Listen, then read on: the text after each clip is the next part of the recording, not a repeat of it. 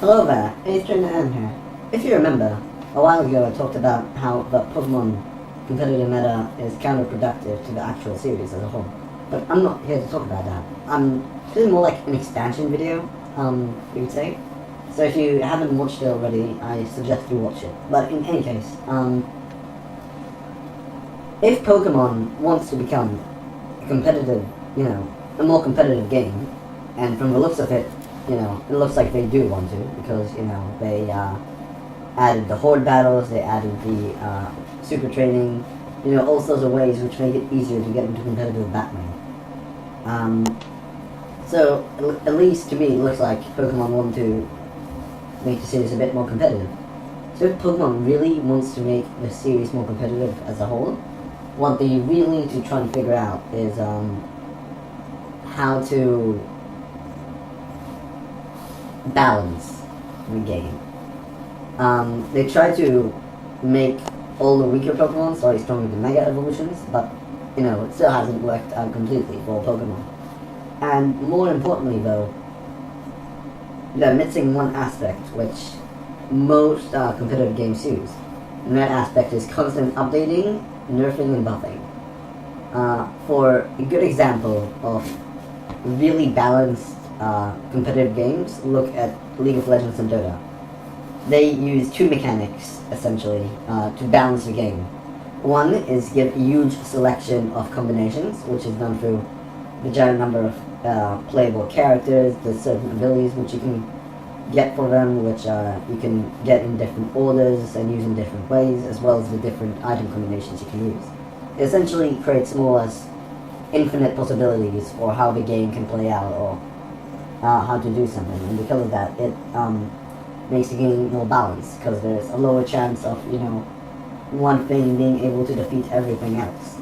The other thing that they use, and it's the buffing and nerfing, and that's essentially, buffing is the hardcore gamer term for making something like a hero or a character or ability something stronger or more powerful in general, and nerfing is the opposite, making something weaker.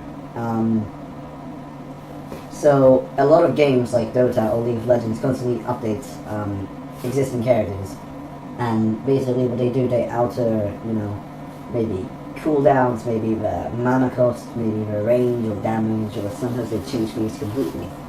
And they do this so they could, keep the game in check if they see that there's a certain hero that is way too powerful, overpowered even. They can easily nerf him like this. Or if they see that a certain hero has a bajillion wings, they can try and nerf him. Or maybe buff a hero that's generally stronger against them. It's all like, kind of like a potion, you could say. They keep trying to get the right combination that will make the game the most fair. And a game like Pokemon, it could really use a system like this, that, like, you already got the infinite possibilities thing kind of down. Like, you got a lot of Pokemon, you have a lot of moves, a lot of items. That part is covered. And that's what's been keeping the game sort of balanced. Thing is, a lot of people are still trying to create the meta, like the competitive meta, like smoking. And because they found that some Pokemon, even through all these possibilities, some Pokemon are still way more powerful than other Pokemon. And essentially, when it comes down to it, if a player has very little skill, he will have an easier time using these Pokemon than other Pokemon. However, the way that Pokemon Company, Game Freak, etc. Can use to really fix this is to nerf and buff the Pokemon. And they've been trying to do this a bit with Mega Evolutions, but it isn't enough. They're just buffing. They're constantly buffing.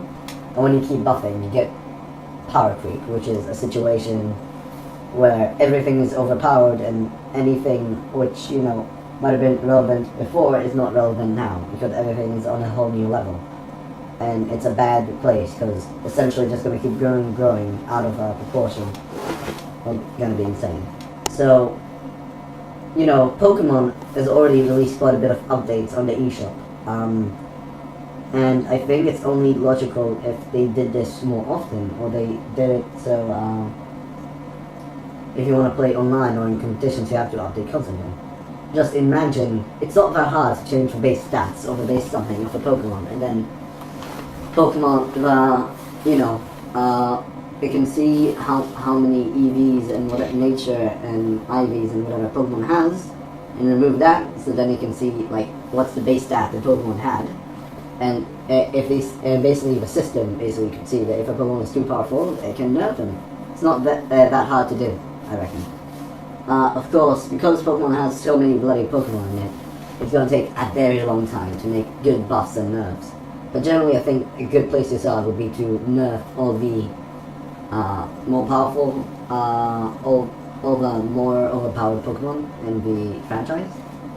And then you start from there, because the meta is going to change straight away if you do that. And I don't think it'll be that hard for Pokemon to try and pull off, like to just get them to update. Players who don't have access to the internet or something shouldn't even worry about the update, but they'll probably not also, compete in competitive games as much. It's not a big issue. But that's the thing. Pokemon really has the chance to try and balance the game out, but I'm not sure they want to. And, rightfully so, because you don't want all the Pokemon to be 100% balanced. If they are balanced, all of them 100%, then there is a problem, because there should be something about if it's harder to get this Pokemon, it should be slightly stronger. It's a reward system. If I, for example, finally get an Arceus, okay, and it took me like years to get it, and I finally got it, and then it turns out to be just as strong, if not weaker, than other Pokemon, it'll be extremely degrading and not fun. So that's, again, a good example why the Pokemon competitive meta does not work well with, the series as a whole. But in any case, what I'm talking about now is more how to make the meta more balanced than how to make it work better. So that's one thing that exists, really. Next, I think I'm going to talk about how you can improve the series as a whole, even if it means decreasing the meta. Essentially, I'm taking this, down two paths. Improving the meta or improving the series as a whole, because they don't mix together. They don't work together very well. Alright, whatever. Thank you very much for listening. Write your opinions in the comments below. I'd appreciate it. And I'll see you guys next time.